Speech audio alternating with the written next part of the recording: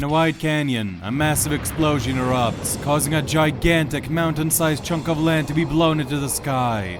It's followed by another explosion, and another, as two beings of incredible power clash again and again, devastating the environment, creating craters the size of cities with each punch thrown. Watching from the side are 17 of the planet's most respected warriors. They can do nothing but observe in awe as their own power is made to look insignificant by the two titans before them. That's it, Saitama. Keep it going. A blue, one-eyed alien shouts as he sends a bald man flying through mountains. Before the guy can get up, the alien crashes down on him with a leg drop, cratering the entire plateau and causing the S-Class heroes miles away to feel the enormous impact that shakes an area the size of a country. That was devastating. There's no way the Baldy can get up after that. Child Emperor shouts, only 2 moments later see the blue alien flying backwards, having been launched away by a single punch from the hero-caved Baldy, also known as Saitama. The alien, known as Boros, the Dominator of the universe, lands on the ground and slides a couple miles before stopping himself. He smirks as he wipes a bit of blood off of his face. Still haven't fazed you at all, huh? He asks the bald man, who lands before him moments later. Not one bit. Saitama responds before winding up a punch again. He swings, but to his surprise, the alien raises both of his arms in an X-guard and blocks the blow, only sliding back a few dozen meters this time. That barely even stung, Saitama. You'll have to do better than that. The alien chuckles before lunging at the Baldy. The battle between the two rages on, and soon the shockwaves from every punch and kick thrown become dangerous even to the S-Class heroes watching. That's when the number one hero, Tatsumaki, creates a shield around them to protect everyone from stray rocks or shockwaves, but even she isn't confident that her shield will hold if one of these shockwaves hits it head on. Meanwhile, Boros roars as he lands a powerful uppercut to Saitama's ribs, sending him flying into outer space in a fraction of a second. The caved Baldy looks around. This is I think the 3rd time I've been in space? He wonders to himself before Boros appears above him and delivers a kick to the top of his head, launching the hero down to the ground once more. Saitama crashes into the Earth's surface like a meteor, causing a huge crater the size of a small country to form. Still, even after that, the Baldy looks completely unfazed. And when the alien rockets down at him from space, Saitama jumps up to meet his charge head-on. The two monsters clash, sending an enormous shockwave across the entire planet. Boros is thrown back, but this time he doesn't bother trying to stop his momentum. Instead, he flies around the entire world in an instant and attacks Saitama from behind with a barrage of punches. The bald man is caught by surprise for a moment, but dodges the flurry of punches without much effort anyway. The heroes all look on in shock. That speed. It can't be greater than my own, can it? Flashy Flash exclaims in his head, his eyes wide as plates. Even the most prideful of them can't help but acknowledge that the two men before them are on a whole different level. The only one who thinks anything else is Blast, the former number 1 hero. His mind isn't preoccupied with such thoughts. Instead, the man wonders if the two will stop their fight before it reaches planet-threatening levels. Boros and Saitama go back and forth in their fistfight, and the battle between them gets faster and faster as it goes on. The alien laughs from joy, while Saitama notes in his mind that the Cyclops has improved noticeably since last time. However, this still isn't the fight he's looking for. Hey Boros, why don't you use that pink mode thingy? Maybe then we could have a better fight. As much as I'd love to go all out, that move is reserved for life or death battles only. It shortens my life every time I use it, so I'd rather not resort to it here. Besides, with me at that level and you unleashing more power to combat it, we'd undoubtedly blow up the planet. I guess. Saitama murmurs before getting punched in the face. You've grown a bit too comfortable. Even in this form, I'm not even using half of my power yet.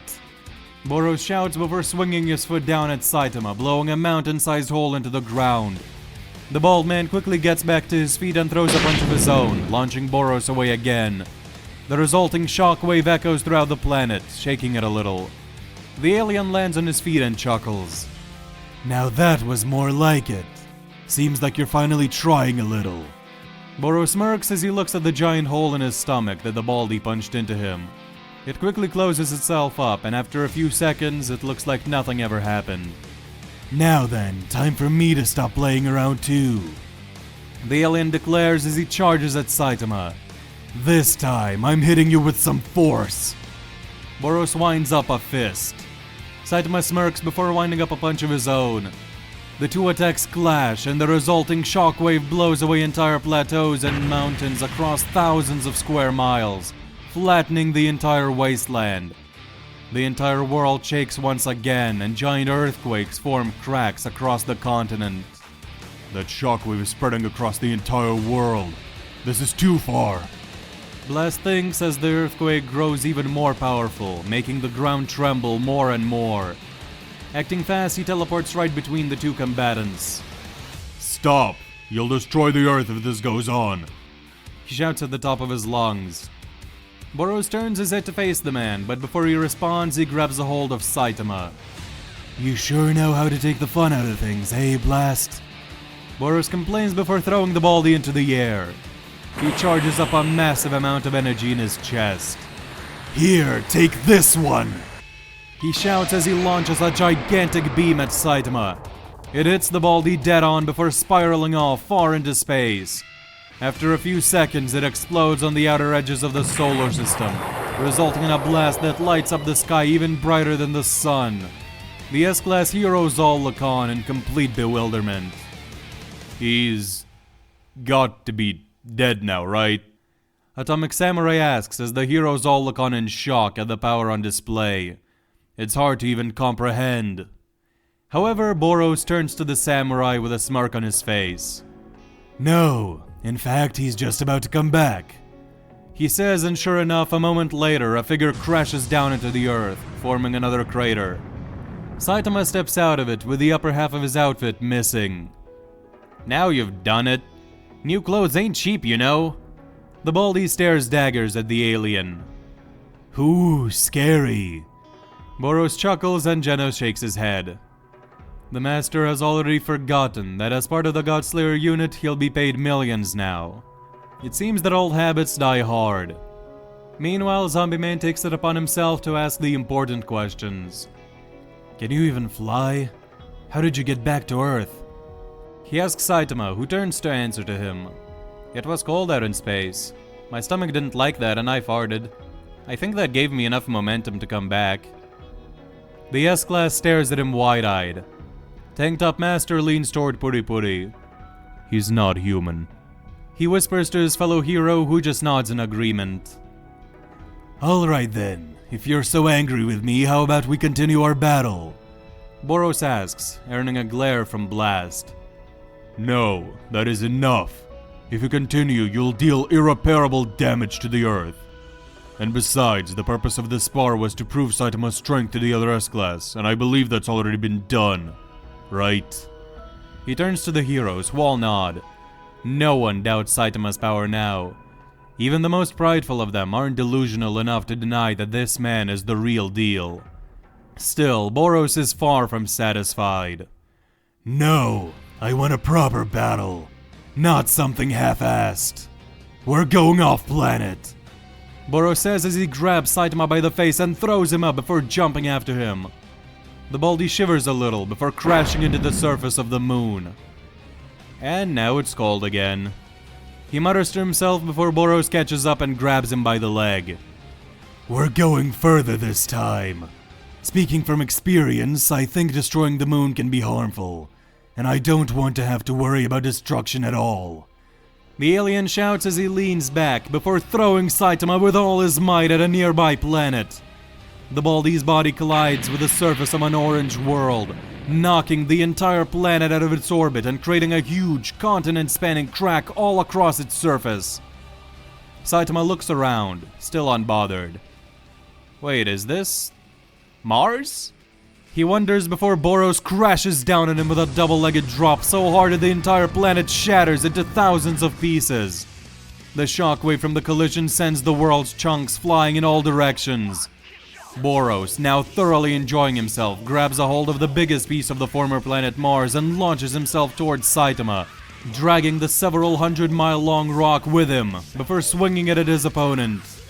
The planet's chunk slams into the bald hero, but in the next instant, Saitama pulverizes it into dust. Meanwhile, back on Earth, the heroes look up in shock as Blast translates a projection of the battle to them so they can see what's going on out there. Everyone's eyes widen as they see planet Mars suddenly explode into fragments. This can't be real, can it? There's no way. Back in outer space, Boros starts laughing maniacally as he jumps from rubble to rubble, attacking Saitama from all sides and angles as he uses the numerous chunks of rock as footholds to maneuver himself around. In response to this, Saitama speeds up. The two figures fly across the planet's remnants, clashing tens of thousands of times in mere fractions of microseconds. In an instant, a constellation of light engulfs the remnants of Mars. The Baldy, now taking the battle a little more seriously, declares, consecutive normal punches. A flurry of super fast blows is launched in all directions. The rapid-fire barrage causes thousands of shockwaves that turn the chunks of the exploded planet into smaller and smaller pebbles. Boros is quickly caught up in the barrage and gets blasted with punch after punch. He does his best to block, but his body becomes mangled, bloody and broken with every hit he fails to avoid. Finally, Saitama stops his flurry, and the alien is left floating in space, his body now more akin to a bloodied bag of meat than anything resembling a person. That's the way. That's the way, Saitama! The alien shouts as he regenerates rapidly before launching himself at the hero with a wound-up fist. Saitama responds with a punch of his own, and in mere moments, the two forces clash once again, causing a shockwave that completely disintegrates any remaining traces of planet Mars. Boros grunts as he tries to match Saitama's overwhelming power, but soon it becomes too much, and the bald hero's attack blows his arm off. Not done yet, Saitama winds up another fist and slams it into the side of Boros' waist, punching straight through his body. The alien coughs up blood as he begins regenerating, but before he can heal, another punch, this time to the jaw, rocks him so hard that his eyeball pops out of his socket. Boros spits up even more blood as his jaw hangs loosely. He starts healing again, but a barrage of punches rains down on Boros so fast that his body can't keep up with the damage. Soon, the alien's body is a bloody mess yet again, his bones crushed and his muscles shredded. Had enough yet? Saitama asks with a small smirk. Seems having a punching bag that can survive for this long is pretty entertaining to the not-so-caped-anymore Baldy. However, Boros refuses to quit. No, not at all. The alien replies, his eyes shining bright. His hands regenerate and the Cyclops grabs Saitama by the neck, swinging his fist back, ready to throw a devastating blow. Suddenly, the Baldy grips his regenerated arm and tosses Boros back. Enough. Without your pink mode, this isn't as fun as it could be. Full force normal punches are still enough, he says.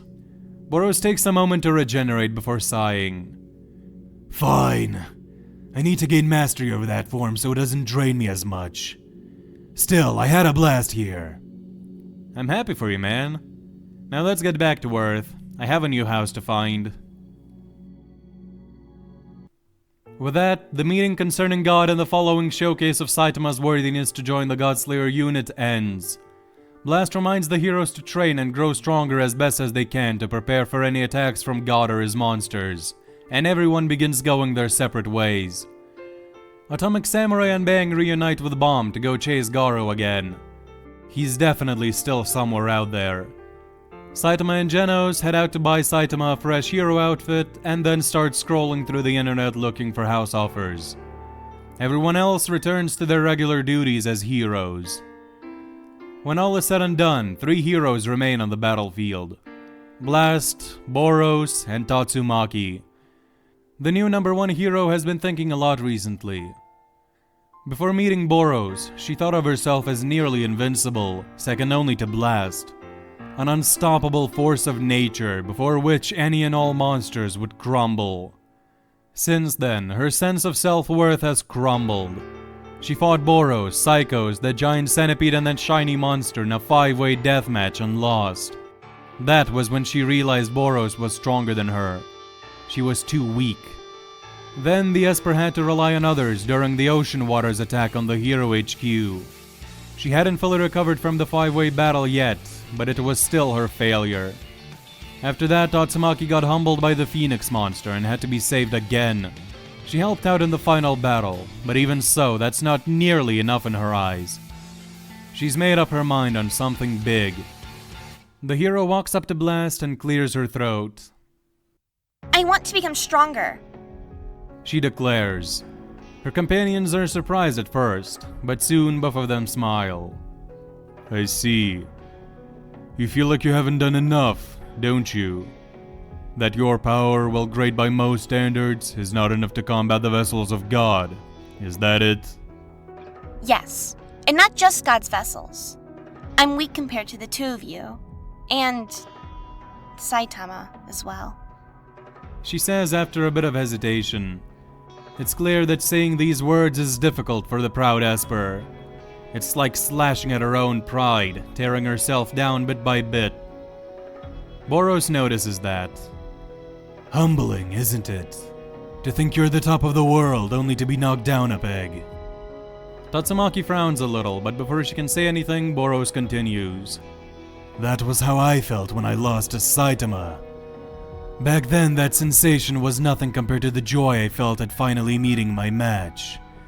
But then, a second hit came when I first met God. He was far stronger than me, and still is. It was a humbling experience to say the least. I resolved myself to get stronger. It's commendable that you're doing the same. There's no shame in being humbled if you take something away from it. You're no longer satisfied with the current you, and that's good. You have room to grow, I'm sure of that. Boros smiles at his now close friend, and Tatsumaki feels a bit of warmth wash over her. So, will you help me? She asks, uncharacteristically eager to improve herself. However, in response to this, Boros simply shrugs. Aside from sparring with you, I'm afraid I can't help much. Your psychic abilities are a completely different power set from my own physical strength and energy-based attacks. Oh. I guess I should have figured. Tatsumaki murmurs, a bit disappointed. That's when Blast steps in. Boros may not be able to help, but I certainly can. Really? Indeed. I am to some degree an Esper, just like you. I can help you own your abilities, increase your physicals, and expand your skill set. I can tell you have potential. You've made it this far on your own without any guidance, so with a proper mentor and a bit of work, I believe that you could soon become an unstoppable force. Tatsumaki looks at him with stars in her eyes. You really think so? Certainly. You've grown a lot since I last saw you all those years ago. Blast smiles. You took my advice to heart and became strong. So now I think it's time I pay you back for looking after Earth while I was away. Took you long enough. Forcing me to do your job for you all this time? I guess you really do owe me, now that I think about it. Tatsumaki jokes a little, causing Blast to get a little defensive. Hey! I'm out there fighting God on the daily. I had other things to worry about. I know. But speaking of that, how much time do you have to train me? I assume you can't just abandon your duties. As a matter of fact, neither can I. I still need to do my job as a hero. You're right. I cannot just abandon my duties, so I'll be taking you to another dimension with me. You'll meet all sorts of new people, and I'll teach you all that I can in the brief window we have before the time of the prophecy comes. Tatsumaki's eyes go wide. This opportunity sounds amazing to say the least. I'd love that. I'm glad. However, as you said, I can't take you away for too long. You're still the #1 hero. We'll train together for a month, and while that window sounds short, I know of a dimension where time flows differently. There we can get a year's worth of training in that month. I believe we can make use of that time well. 1 month, huh? I think I can leave for that long. Tatsumaki glances at Boros, who gives her a thumbs up. Don't worry. Me and the others will work overtime to pick up the slack. Thanks. That sounds perfect. Tatsumaki says before turning to Blast. So, when do we leave? As soon as you're ready. Do you need to say anything to your sister? Perhaps give her a hug and a goodbye before we depart? Or you could take her with you. Fubuki is determined to get stronger just like you. I saw it during the battle with that ocean creature. She's got just as much determination as any of us. No, she is not ready for that kind of training yet. Blast says with a sweat drop, making Boros wonder just what kind of training Blast has in store for Tatsumaki. I'll mentor her when I get back. Tatsumaki says before softening her tone a little. But I do want to go say farewell before we leave. Okay, we can head to her right away. I won't be tagging along for that. I have some other business to take care of. So, I suppose this is goodbye for now, huh, Tatsumaki? Are you sure you don't want to come with us? You may not be an Esper, but you could still gain plenty from this training. Nah, interdimensional trickery is not my style. I seek overwhelming speed and power. I'll continue to train in Saitama's way here, on Earth. And besides, someone has to watch the planet while you're gone, number one. He bumps a fist at Tatsumaki's shoulder, and they both smile at each other. Then, I suppose this really is goodbye for now. Indeed. Thank you for everything. Thank you for everything. The two of them say their goodbyes and part ways for the time being. Blast opens a portal to Fubuki's location, and the two heroes disappear from sight. Boros sighs. For the first time in a while, he feels alone again. Strange. He's really only known that little brat properly for a day at most. Boros had almost forgotten that the ocean creature's attack, the reveal of his face to the S-Class, his talk with Tatsumaki, the Phoenix Men debacle, and now this, all happened over the course of one single day. It's crazy to think about how much happened in such a brief amount of time since he revealed his identity to the heroes. Well, no time to dwell on that. I've got a monster to fix. Boros says before jumping into the sky. In a single leap, he travels from the wasteland to Dr. Kuseno's laboratory, landing right in front of the front door. Nice! Perfectly aimed jump. I'm getting better and better at navigating this maze of a planet. The alien chuckles before going in. Inside, he's greeted by Dr. Kuseno. The two of them shake hands. Are Saitama and Genos here, good doctor? No, they haven't returned yet. I see. They're probably looking for that new house for Saitama now that they have the funds to buy it. But anyway, any news on the patient? Oh, you mean the giant four-eyed beast who dropped off at my doorstep and asked me to heal before just leaving? Kuseno asks, understandably miffed. Boros' sweat drops. Yeah, that one. It's awake. That's good news, I suppose. I've managed to stop the bleeding so it won't die. However, I'm a mechanical scientist, not a biology or genetics type of doctor. I have no idea how to fix a monster's internal organs or muscles or whatever else might be wrong with him. I'm afraid I can only offer to try to cybernize it. But even then, I've never done anything like that to a monster. A lot could go wrong. I see. I know I'm asking for a lot, so sorry about that, Doc. I'll try to look into other possibilities. But what about the other monster for now? You mean the Birdman Saitama dropped off on my doorstep, told me to hide, and ran off to some meeting without elaborating? That one? Kuseno asks with a raised eyebrow, and more audible frustration, which makes Boros feel a bit uncomfortable. Okay, sorry. My bad. Look, if you want me to keep helping you, please stop doing this! You have no idea how stressed and overwhelmed I am! My lab's getting swarmed with injured and dying monsters, and I can't even contact you, Saitama, or Genos to get help! This confuses Boros a little. Well, why not? Because you don't have a phone, and the other two because I can't use my phone. The Birdman keeps stealing it to research heroes or something. Wait, what? Yes, apparently he wants to be a hero.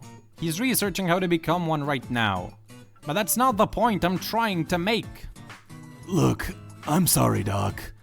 I'll try to give you a heads up before dropping monsters off at your doorstep next time.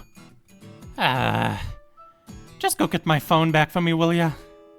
Will do. Boros says before walking deeper into the lab and spotting Phoenix Man sitting on a sofa, looking into what appears to be an online hero magazine.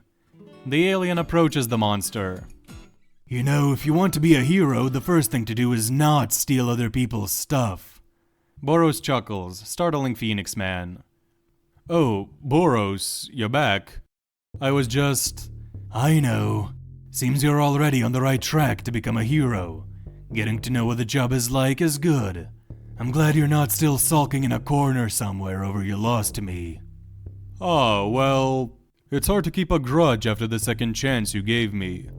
Not only that, you offered me an alternate path to a good life. You have my thanks for that.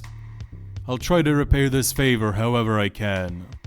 Yeah, you can start by giving the doctor's phone back to him. I kind of rely on him a lot and I don't want to get in his bad side more than I already have. And besides, I do sort of feel bad for the guy. Sorry. Phoenix Man murmurs before tossing the phone to Boros. Alright, I'm gonna go deal with your buddy now. I hope you don't mind waiting a little while. I'll help you get into the association later. For now, just do as the doctor says and don't mess anything up. Boros tells the monster before walking out of the building, giving Kuseno his phone back on the way. The alien looks off into the distance before smirking. Should be about there. Boros says before jumping. He hopes to land right in front of the Hero HQ, but this time he ends up overshooting his target by some 50 or so miles. Oh, come on, I thought I had it down. The alien mutters before quickly making his way over to the HQ. There he goes around the building questioning the employees of the HQ if there are any good healing facilities where a monster could get treatment. Most association workers still look at Boros as a monster. He did kill thousands of people during his invasion after all. So they avoid him and give him vague excuses for why they can't talk at the moment.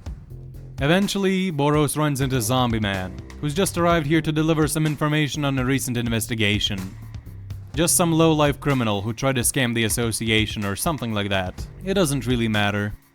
Just in case, Boros asks the hero if he knows any facilities where a monster could get treatment, not expecting much. However, to his surprise, Zombie Man nods. Follow me. I know a lab where your friend can be treated. Really? That's great. He's not my friend though. Boros responds simply and follows the hero. On their way out of the building, Sitch, one of the association's higher-ups, stops them at the door.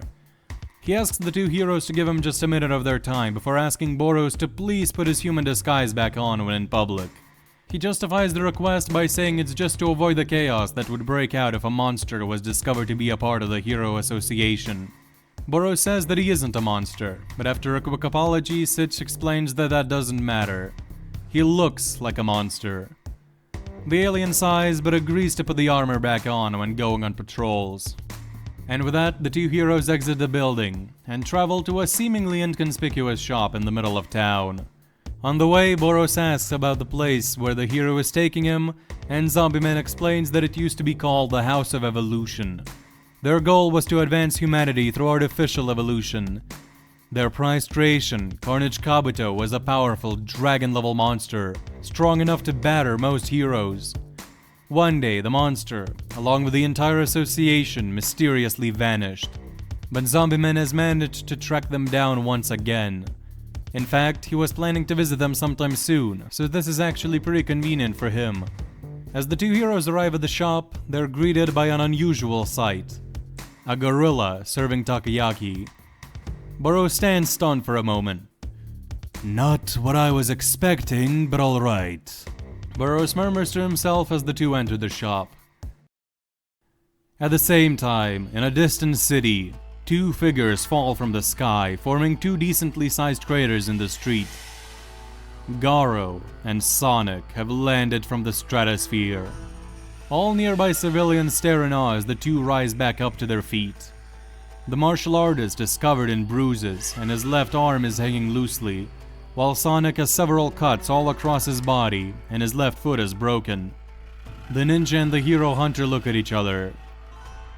What the hell?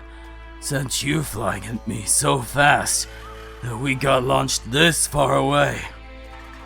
A hero named Saitama. Sonic answers as he tries to twist his foot back into place, but only ends up damaging it more. Never heard of him. Bald, dumb, yellow-looking outfit. Seem familiar? Not at all. Garo shakes his head and goes silent. The two warriors stare each other down for a few moments before Sonic speaks up. So, do we fight or what? Nah, not today. There's no point in beating down an injured opponent. Hey, look at the mirror. You're in no better shape than me. Whatever. See you around. The martial artist waves before walking off. Sonic thinks about attacking him from behind for a moment, but in the end decides to just call it a day, and watches him go. That was anticlimactic. The ninja thinks to himself, before walking off in a different direction. And that is it for the first part of What If Boros Turned Good Season 2. I hope you guys liked it, let me know if you did, and I hope it lived up to expectations for the Boros and Saitama rematch. Let me know your theories in the comments down below, what's gonna happen in this season, who's gonna kill who's gonna fight who's gonna get what character developments and whatnot. I am very curious to hear all of it. And yeah, if you come here from the first season, I am very glad to have you back, and if you're new here, I would recommend checking out the first season before you continue with this series. I mean, if you're still here, this far into the video, I'm assuming you like what you heard, and there's 9 hours of exactly what you just heard already done, so yeah, I would recommend checking that out. But anyways, thank you guys all so much for watching, and thank you all for the support for Season 2 as well, for all the donations and everything, the Patreon. I'm just so happy to finally be able to make this. It's been a year. It's been a year, almost. Like, it's actually almost a year. That's since Season 1 ended. That's crazy to me.